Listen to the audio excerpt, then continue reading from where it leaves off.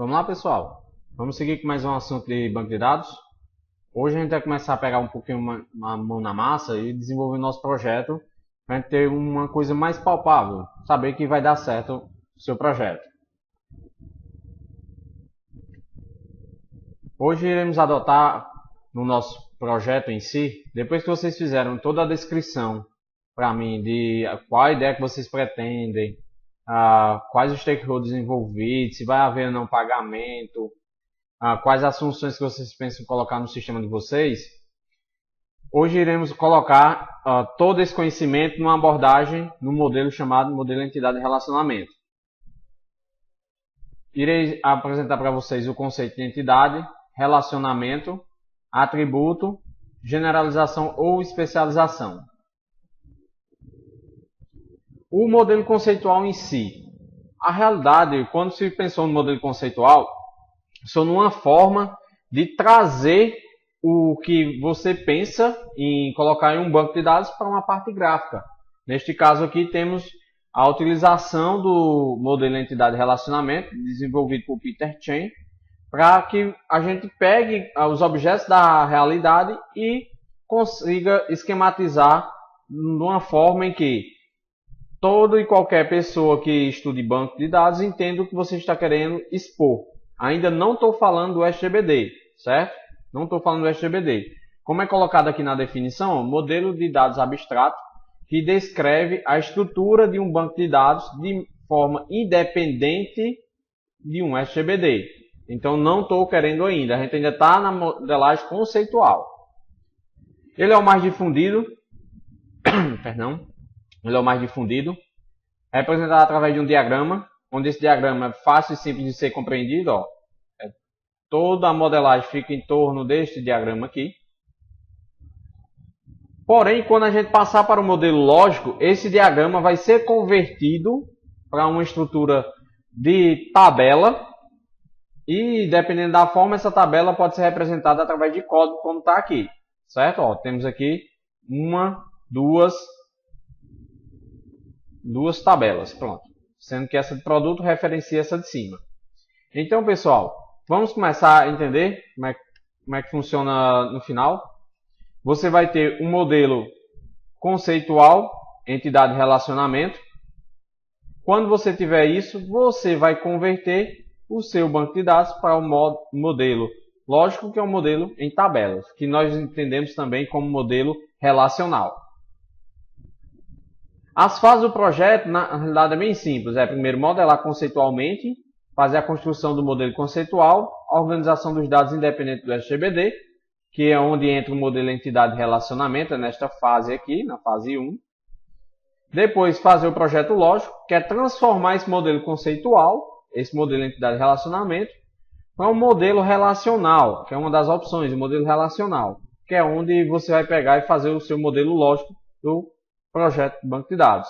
Aí, nesse ponto, nesta fase, aí já se pensa num SGBD a ser implementado. Até então, no conceitual, a gente não pensa. Porém, quando a gente chega na parte do modelo lógico, a gente já tem que pensar num SGBD que nós iremos utilizar. Vamos recapitular. Então, isso tudo vocês já tinham visto. Que um projeto de banco de dados você vai ter duas descrições, que é o modelo lógico e o modelo conceitual. No modelo conceitual, uma descrição abstrata, ou seja, eu não estou pensando em tecnologia, só estou pensando no que eu vou armazenar no banco de dados. Só vou fazer descrições. É onde entra a questão da modelagem dos dados. E quando a gente começa a pensar no modelo lógico, não, a gente já está começando em como irei implementar em um SGBD. Beleza? Então, vamos com calma. Qualquer dúvida, pergunte, viu? Bota o comentário aí no vídeo, ou se não lá no Google Classroom, que a gente vai tentar solucionar de qualquer maneira a sua dúvida. A abordagem de entidade de relacionamento é uma técnica utilizada para construir modelos conceituais, é a mais difundida. Ela foi criada em 1976, já faz um certo tempo, né? O modelo de dados é representado através de um modelo que nós chamamos de modelo entidade relacionamento. É representado graficamente, onde a gente utiliza um gráfico que nós iremos chamar de diagrama de entidade relacionamento. Ele, na realidade, possui essa estrutura aqui, certo? Essa estrutura aqui, começaremos por uma parte que é chamada de entidade. É o conjunto de objetos da realidade modelada sobre os quais deseja-se manter informação no banco de dados. É o que eu tenho na minha realidade e quero manter informação no meu banco. Eu quero informações das pessoas. Nesse meu banco eu quero informação de endereço. Então aqui eu estou armazenando informações de pessoa e estou dizendo que vou armazenar informações de endereço. Toda entidade ela é representada por este retângulo, certo? Por este retângulo. Relacionamento são as associações entre as entidades. O que que liga uma entidade à outra? Por exemplo, eu tenho uma entidade departamento e tenho uma entidade pessoa. O que é que liga um departamento à pessoa? Podemos dizer que uma pessoa está lotada em um departamento. E posso dizer que um departamento tem lotação de pessoas. O relacionamento ele é representado por esse losango aqui. O autorrelacionamento. Existem alguns casos em que eu não tenho duas entidades distintas para se relacionar. Eu tenho uma própria entidade que se relaciona consigo mesmo. Exemplo bem simples. Vamos à ideia do nosso casamento. Você tem uma pessoa participando do casamento e outra pessoa participando do casamento. Então eu tenho pessoas participando do casamento.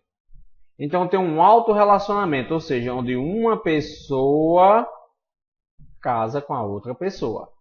Então isso a gente chama de autorrelacionamento. Pode ser um caso de, por exemplo, eu tenho um empregado e tenho um relacionamento gerente. Um gerente não é um empregado da empresa? Então eu posso dizer simplesmente que eu tenho um empregado se relacionando com outro empregado, só que é através da gerência. Aqui o papel, sim, normalmente a gente costuma distinguir a participação de cada um escrevendo no modelo de entidade de relacionamento o papel, certo? De um lado você vai ter um marido, do outro lado você vai ter uma esposa. De um lado você vai ter um funcionário, naquele exemplo que eu estava dando de autorrelacionamento com o empregado. De um lado você vai ter o funcionário, do outro lado você vai ter o gerente. Então, continuando. A cardinalidade nos relacionamentos. A gente agora vai começar a relacionar as entidades e dizer as permanências dele ou a participação deles no relacionamento. Você vai ter o número mínimo e o máximo. No caso, o mínimo sempre vem à frente e o máximo vem depois. Aqui eu estou dizendo, no mínimo, um departamento... Perdão, vamos lá. Vamos lá. Aqui você vai ter a cardinalidade de relacionamento, onde você primeiramente vai ter um mínimo e depois vai ter o máximo. Aqui vai indicar a ocorrência, a participação das entidades no relacionamento. Então aqui eu estou dizendo que uma pessoa, no mínimo, vai estar ligada a um departamento. Certo? Então, num departamento, não é obrigado a existir, porque a participação dele é mínima. Então eu posso dizer o seguinte, que uma pessoa está ligada no máximo um departamento. E um departamento pode ter várias pessoas, onde esse N representa. Então vamos ver outras cardinalidades. A máxima é o número máximo de ocorrências que uma entidade pode estar associada a uma ocorrência de entidade através de relacionamento. Normalmente isso é cruzado, certo pessoal? A cardinalidade de departamento é cruzado. Ou seja, um departamento está ligado a N empregados, ou seja, a vários. E o empregado está ligado a, no máximo, um departamento. Lembrando, aqui o mesmo exemplo, certo? Só exemplificando, que aqui é a entidade do lado oposto, onde você vai ter a cardinalidade. Ou seja, esse N aqui se refere a departamento, certo? A quantas pessoas ele está ligado, a quantos empregados ele está ligado. E no caso, esse 1 aqui refere-se a empregado, para dizer a quantos departamentos ele no máximo está ligado. Outros exemplos aqui, eu estou dizendo o quê? Que um empregado, certo? Uma mesa está associada a apenas um empregado. E no caso, um empregado está associado a no máximo uma mesa. Você tem esse outro, que um curso tem N alunos, no máximo N alunos, ou seja, vários alunos, E um aluno está ligado a, no máximo, um curso. INM, ou NM, na realidade, né?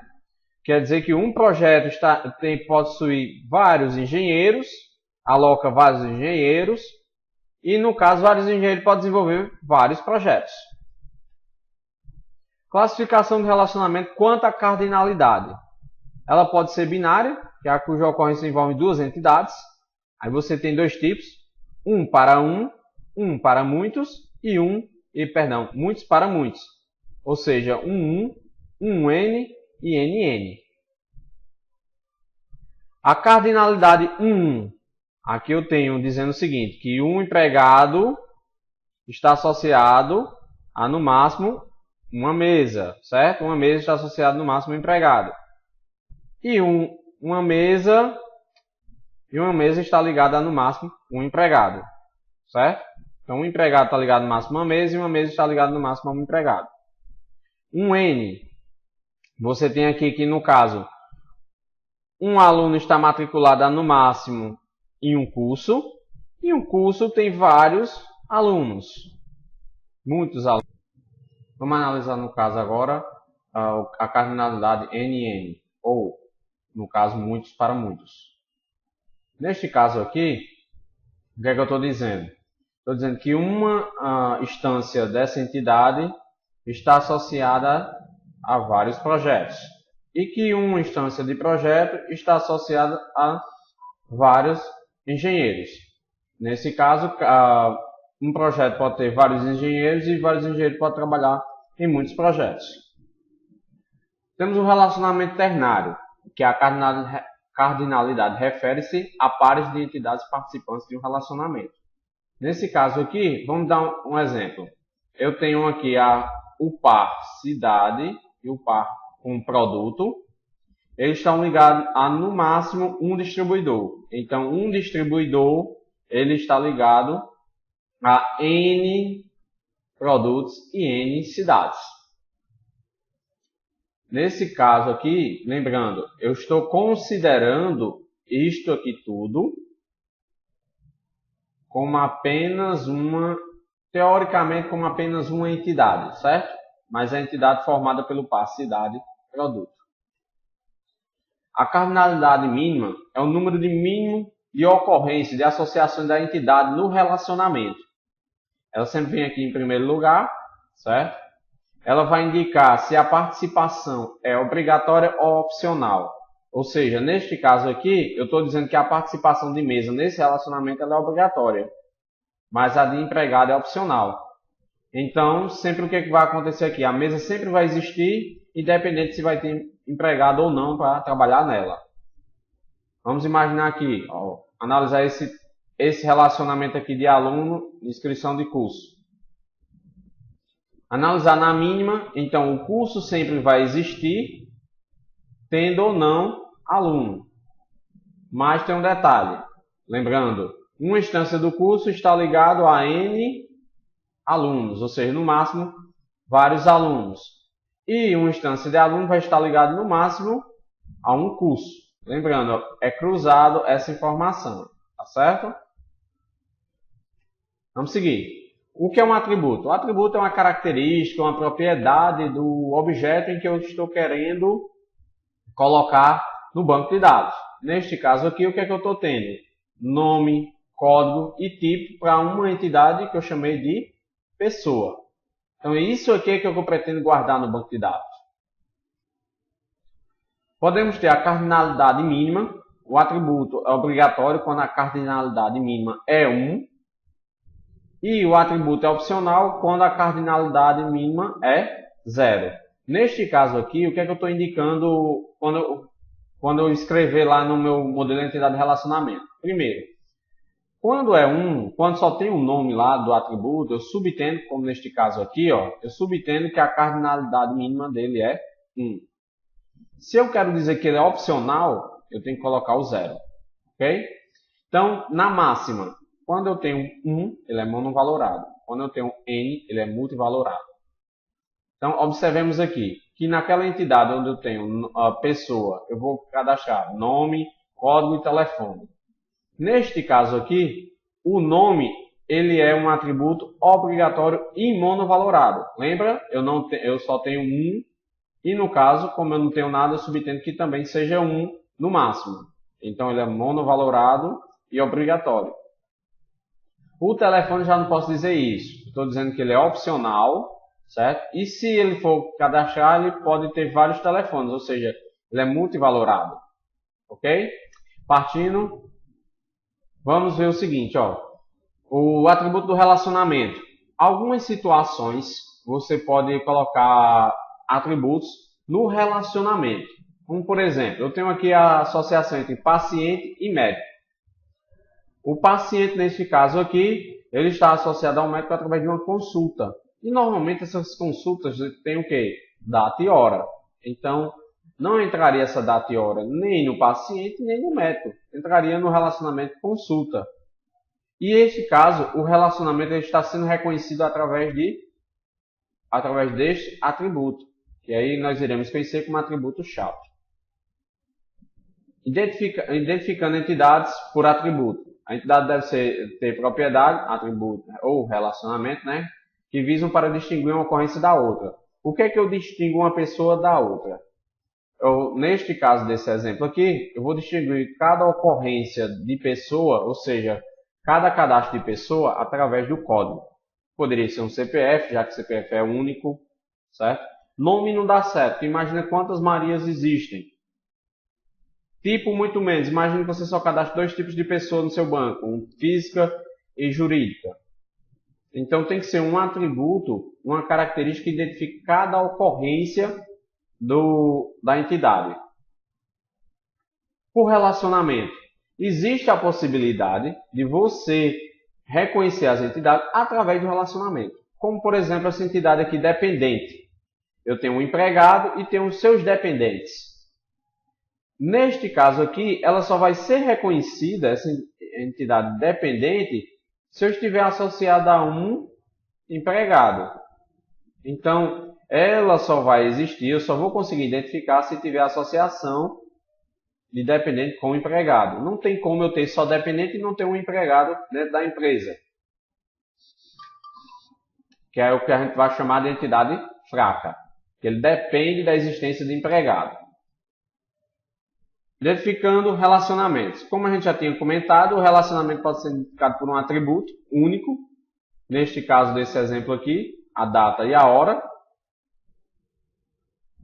Identificando entidades, o identificador deve ser mínimo e cada entidade deve possuir um único identificador. Como eu estava exemplificando, ele é mínimo, ou seja, só ocorre uma única vez e ele é único porque cada um vai ter seu código.